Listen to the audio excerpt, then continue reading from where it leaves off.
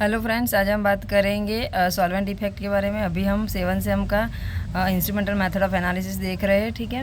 उसमें UV spectroscopy देख रहे हैं, जिसका पार्ट 2 है आज, सॉल्वेंट इफेक्ट। लास्ट टाइम का वीडियो भी अपलोड कर दिया है, तो आप देख लीजिएगा यूट्यूब पे। और जैसे ही चैप्टर ख़त्म हो जाएगा, नोट्स आपको टेलीग्राम चैनल पे मिल जाएगी, ठीक है। तो आज हम बात करेंगे सॉल्वेंट इफेक्ट। तो जब भी हम यूवी एनालिसिस के लिए कोई सैम्पल प्रिपेयर करते हैं तो उसमें हम दो टाइप के सॉल्वेंट यूज़ करते हैं, जैसे कि यहाँ पे लिखा है पोलर एंड नॉन पोलर, ठीक है। तो दो टाइप के हमारे सॉल्वेंट रहते हैं, polar and non polar. Solvent select करने के लिए हमारे पास जो बेसिक रिक्वायरमेंट होती है वो ये है कि सॉल्वेंट हमारे यूवी लाइट के साथ यूवी लाइट को एब्जॉर्ब नहीं करना चाहिए, ठीक है। क्योंकि हमारा जो यूवी लाइट है वो कौन एब्जॉर्ब करेगा? सैम्पल। अगर हमारा सॉल्वेंट भी यूवी लाइट एब्जॉर्ब करने लगा, ठीक है, तो जो पीक आएगी उसका ओवरलैपिंग हो जाएगा, ठीक है। और जो सैम्पल मॉलिक्यूल है उसके साथ सॉल्वेंट इंटरेक्ट केमिकली नहीं करना चाहिए, और पॉसिबल हो तो आपको पोलर सॉल्वेंट का यूज़ अवॉइड करना है। तो ये सारी जो है वो बेसिक रिक्वायरमेंट है हमारे सॉल्वेंट सिलेक्शन की, ठीक है। अब हम बात करते हैं कि हमारे दो टाइप के जो सॉल्वेंट है, polar solvent and non polar solvent, वो हमारे एब्जॉर्प्शन स्पेक्ट्रा पे क्या इफेक्ट शो करते हैं, ठीक है। जो पोलर सॉल्वेंट होते हैं हम आगे देखने ही वाले, लेकिन यहाँ पर हमने एक चार्ट फॉर्म में भी दिखाया है आपको, जैसे कि आप इजीली समझ सको। पोलर सॉल्वेंट जो होते हैं हमारी रेड शिफ्ट, मतलब कि बैथोक्रोमिक शिफ्ट देते हैं, मतलब कि आपकी जो एब्जॉर्प्शन स्पेक्ट्रा है उसको कहाँ भेजते हैं? वो लॉन्गर वेवलेंथ की तरफ भेजते हैं, ठीक है। यहाँ पे लिखा है ये लॉन्गर वेवलेंथ।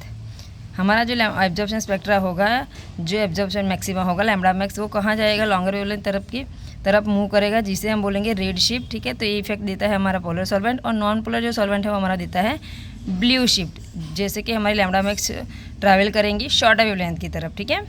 तो ये हमने यहाँ पे शॉर्ट में लिखा है, ऐसा क्यों होता है वो अभी हम देखेंगे।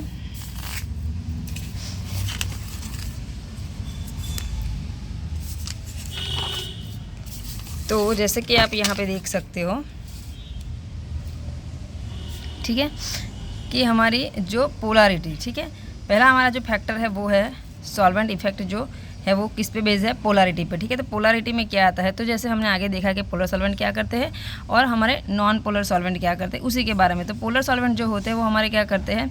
हमारे जो एब्जॉर्प्शन मैक्सिमा उसको शिफ्ट करते हैं लॉन्गर वेवलेंथ की तरफ, जिसे हम बैथोक्रोमिक या तो रेड शिफ्ट बोलते हैं, जिसकी वजह से हमारी जो पीक होती है वो ब्रॉड आती है, ठीक है। जैसे पोलर सॉल्वेंट में मान लो आपने ले लिया इथाइल अल्कोहल, मतलब कि इथेनॉल, उसके पास इलेक्ट्रोनेगेटिव एटम होता है, यहाँ पे आप देख सकते हो, ठीक है। तो वो सॉल्यूट सॉल्वेंट क्या करते हैं? कॉम्प्लेक्स बना लेते हैं लोन पे। और एक क्या होता है कि पहले से बताती हूँ मैं, ठीक है। पोलर सॉल्वेंट में एग्जांपल देख लो, इथाइल अल्कोहल, जैसे कि हम इथेनॉल भी बोलते हैं, उसके पास क्या होता है? इलेक्ट्रोनेगेटिव एटम होता है, एज वेल एज क्या होता है उसके पास? लोन पेयर इलेक्ट्रॉन होता है, ठीक है। तो ये लोन पेयर इलेक्ट्रॉन क्या करते हैं? सॉल्यूट सॉल्वेंट का कॉम्प्लेक्स बना लेते हैं एच बॉन्ड की थ्रू, ठीक है। एच बॉन्डिंग करके वो क्या करते हैं? कॉम्प्लेक्स बनाते हैं सॉल्यूट सॉल्वेंट का, जिसकी वजह से हमारी जो लैम्बडा मैक्स होती है वो लॉन्गर वेवलेंथ की तरफ चली जाती है, और हमारा जो पीक बनता है वो ब्रॉड बनता है। ये हमारा हो गया पोलर सॉल्वेंट का, ठीक है। नॉन पोलर सॉल्वेंट क्या करते हैं कि नॉन पोलर सॉल्वेंट एब्जॉर्प्शन, मतलब कि लैम्बडा मैक्स को शिफ्ट करते हैं शॉर्टर वेवलेंथ की तरफ, जिसे हम ब्लू शिफ्ट या तो एक्सोक्रोमिक शिफ्ट बोलते हैं, ठीक है।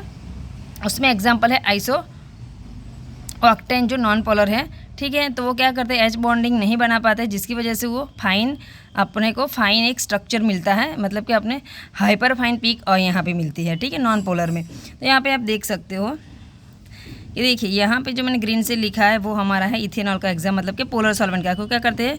ब्रॉड पीक देते हैं, ठीक है। और यहाँ पे रेड से जो इंडिकेट किया गया है वो हमारी हाइपर पीक दिखाई दे रही है आपको, जो नॉन पोलर सॉल्वेंट देते हैं, ठीक है। तो आपको एक चीज़ याद रखनी है कि जो सॉल्वेंट इफेक्ट है उसमें हमारी पहली है पोलैरिटी। पोलैरिटी में दो टाइप के सॉल्वेंट होते हैं, polar and non polar. Polar जो होते हैं वो लॉन्गर वेवलेंथ की तरफ लैम्बडा मैक्स को शिफ्ट करते हैं, जिसकी वजह से पीक जो मिलती है वो ब्रॉड मिलती है।